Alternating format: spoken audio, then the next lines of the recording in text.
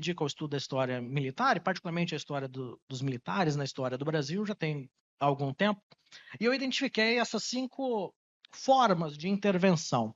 Elas não são coesas entre si, elas não decorrem uma das outras, e muitas vezes elas são contraditórias entre si. E por que eu dei o nome de ideologia das intervenções? Porque grande parte das intervenções, elas são feitas em nome de um bem comum, de um bem maior. Porém, quando a gente vai investigar o aspecto mais profundo, subjacente a todas essas intervenções, o que a gente percebe é um aumento do próprio poder militar, né? E a gente sabe, né, que aquele velho filósofo alemão, né, barbudo, ele estudava a questão das ideologias de uma maneira muito interessante, que era no seguinte sentido: ideologia é um mascaramento da realidade, na qual os grupos dominantes fazem ser o seu próprio interesse, o interesse comum, né? Então, existe essa manipulação. Então, dei o nome de ideologia das intervenções, na qual elas se dividem nessas 5. E a primeira, que a gente chama, que eu dei o nome de ideologia do cientificismo positivista, que é a influência da doutrina de um filósofo francês chamado Auguste Comte no Brasil. Acho que todo mundo conhece, o autor da frase ordem e progresso, que está estampado na nossa bandeira. E quando nós tivemos a formação dos nossos militares na Escola da Praia Vermelha, se alguém já foi aqui na Urca, no Rio de Janeiro, sabe que ali tinha uma escola, e essa escola foi demolida em 1905. E lá, na antiga Escola da Praia Vermelha, existia, por influência de um próprio combatente na Guerra do Paraguai, chamado Benjamin Constant, a que eu me referi, eu não vou dizer doutrinação, porque não era esse a forma como ele entendia, mas essa influência sobre a juventude militar das ideias do Auguste Comte, o que é um contrassenso, porque a doutrina positivista ela tem uma natureza pacifista e que pensa a longo termo que não haverá mais necessidade do exército. Mas naquela época a doutrina positivista ela tinha uma influência muito grande, sobretudo pelo seu caráter modernizador. Então, ao mesmo tempo em que permitia uma modernização do próprio exército por intermédio dessas ideias, ela se casava muito bem, porque essa época foi uma época de ascensão, né, do que a gente chama o Silvio Romero, né, aquele grande crítico literário, chamava aquele bando de ideias novas: cientificismo, darwinismo, evolucionismo e, dentre eles, o positivismo, que é a ideia de romper totalmente com a metafísica, trabalhar com a ciência experimental, com o concreto, com o factível e não com o ideal, né? Mas simplesmente com aquilo que é, digamos, demonstrável cientificamente. E essa era uma ideia que seduziu essa juventude. Por um motivo muito simples: a formação dos militares nessa época, na Praia Vermelha, entre 1870 e 1905, era uma formação basicamente civil. Então, a formação militar, como atividade fim, que é o combate, isso que a gente conhece como militar mesmo, era muito pouco. A formação deles era uma formação de bacharéis. Inclusive, eles se reconheciam como bacharéis fardados. Então, a gente pega os currículos antigos da Escola Militar da Praia Vermelha, tinha astronomia, geodésia, topografia, astronomia, enfim, diversas matérias que não tinham muito a ver, na realidade, tinham muito pouco a ver com a atividade fim, que é o combate, né?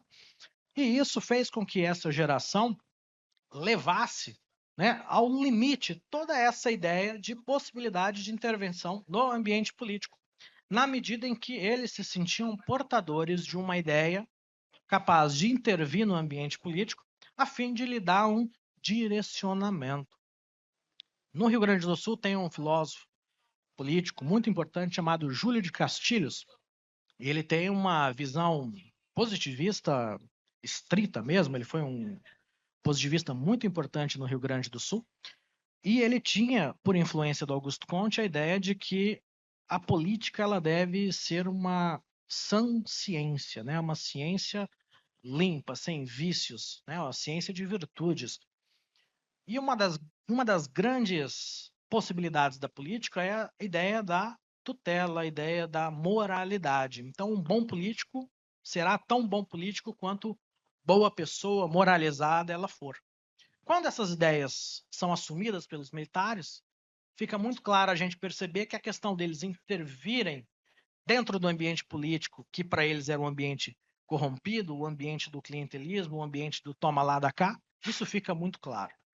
Então essa é uma primeira doutrina que eu denominei. E essas doutrinas, elas não ficam restritas apenas a esse período histórico. Elas vão se desdobrando ao longo da nossa história. Às vezes de maneira mais evidente, às vezes de maneira mais dissimulada, mas ela está presente, inclusive, nos dias de hoje. Depois, eu identifiquei o que eu denominei de doutrina da mobilização nacional, ou doutrina Moltke.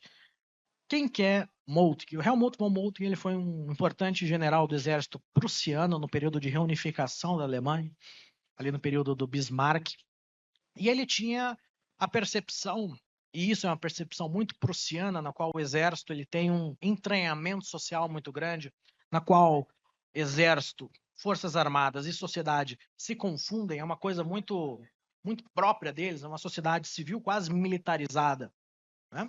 E a gente sabe qual foi o resultado disso. Mas no período da unificação alemã, a ideia do Helmut von Moltke era a utilização do exército para o desenvolvimento nacional. Então, utilizar as próprias forças armadas, os seus recursos, tanto pessoais, né, desde soldado até general, e os seus equipamentos, máquinas, etc., para desenvolver o próprio país. Estradas, infraestrutura, barragens, enfim, o Estado estava nascendo. E para ele, as Forças Armadas, dada a sua capilaridade, dada o seu poder, seria um instrumento ideal para isso. E o que ele tem a ver com a história do Brasil? Em 1910, o ministro da Guerra era o Hermes da Fonseca, que depois seria presidente da República. E o Hermes da Fonseca, ele envia para a Alemanha alguns militares a fim de fazer uma missão. Hoje em dia isso até hoje persiste, né? Então diversos militares são enviados para o exterior, fazem as missões, etc., retornam para o Brasil com esse conhecimento adquirido a fim de replicar na instituição. E nessa época, alguns militares muito importantes foram para a Alemanha.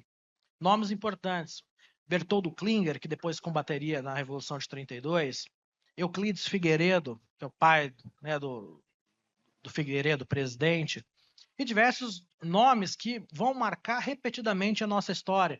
Na Revolução de 30, no golpe de Estado Novo, no golpe para destituir o Vargas em 45, e alguns até em 64. E eles vieram com essa ideia. E aqui no Brasil eles criam uma revista, que é um órgão, chamada Defesa Nacional. O primeiro número sai em 1913. E talvez seja a revista cuja duração seja mais longa, que ela ainda existe. Evidentemente, né, a linha editorial, as coisas mudam, mas é uma revista que tem a sua continuidade secular. E o primeiro número, quando a gente pega ali para ler o editorial, e estão todos disponíveis online, é justamente isso. Pelo nosso papel de moralizar a sociedade, a gente tem que intervir e fazer pontualmente a ideia do progresso, do desenvolvimento social. De certa maneira, é compreensível, porque o Brasil, na década de 10, era completamente desestruturado, desarmônico. Então, havia uma preponderância do Sudeste, basicamente São Paulo e Minas Gerais, e o resto era o resto. Era deixado, né, como se fosse um apêndice do Brasil. O que comandava era unicamente São Paulo e Minas por intermédio da política cafeeira. E a ideia deles era expandir e integrar esse Brasil como um país, como uma única nação. E para eles, nada melhor do que utilizar o próprio exército, porque eles já tinham, digamos, uma ideia, uma doutrina que justificava, e ao mesmo tempo eles já sabiam que tem militares em todo o território. Então fica muito mais fácil você articular, né, todo esse plano geral se você tem esses meios disponíveis. Faltava a ideia, aí veio a ideia e as coisas vão se desenvolver. Depois nós temos a doutrina da tutela republicana ou doutrina das moralidades. O que significa isso? Como eu disse, durante um período, sobretudo ali agravando ali no final do século XIX, surge essa ideia de oposição entre os militares e o que os próprios militares denominavam casacas. Casacas eram os políticos civis, que eram vistos como vis, corruptos, né? Não que hoje não seja, né? Hoje em dia já melhorou, né? Graças a Deus. Mas, naquela época, quem dera tão corrupto como Rodrigues Alves, né? Mas eles viam a ideia política exercida pelo civil como uma forma corrupta do exercício da política, uma forma que visava o interesse próprio e não o interesse do bem comum. E esses militares, eles se sentiam no dever de intervir politicamente e, se preciso, a mão armada, não politicamente, dentro do parlamento, mas pegando em armas para destituir esses políticos e, de fato, imprimir um caráter moralizante na política brasileira. Alguém sabe o que aconteceu ontem, aqui em São Paulo, há 100 anos?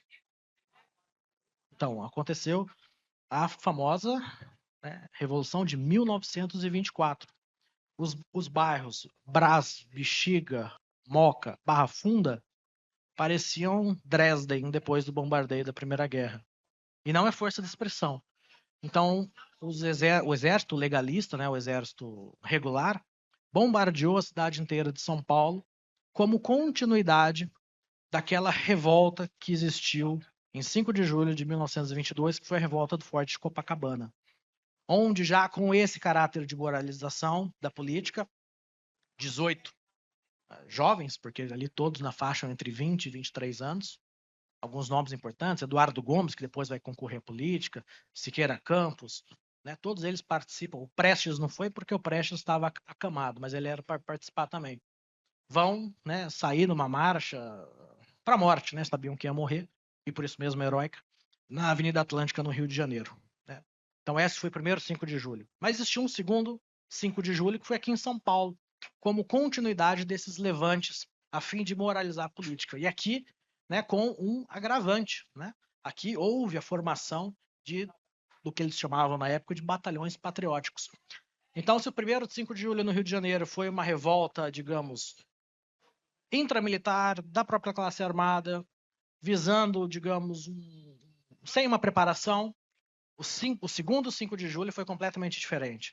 Aqui nós tivemos a participação de altas patentes, o general Isidoro Dias Lopes, o general, na época ele não era general, era coronel Miguel Costa, que depois, em razão da debelação do movimento aqui em São Paulo, vai se juntar lá no Sul com outro rapaz de 25 anos de idade, chamado Luiz Carlos Prestes, dando início à coluna Invicta, a coluna Prestes. Então vejam como a história ela vai se desdobrando a partir dessas intervenções, como que ela vai ganhando um novo rumo. Mas o fundamental é a necessidade de que nós tenhamos a ideia de que, nesses capítulos da nossa história, o Exército fez a sua intervenção enquanto agente político. E é nessa categoria que a gente tem que fazer a nossa interpretação.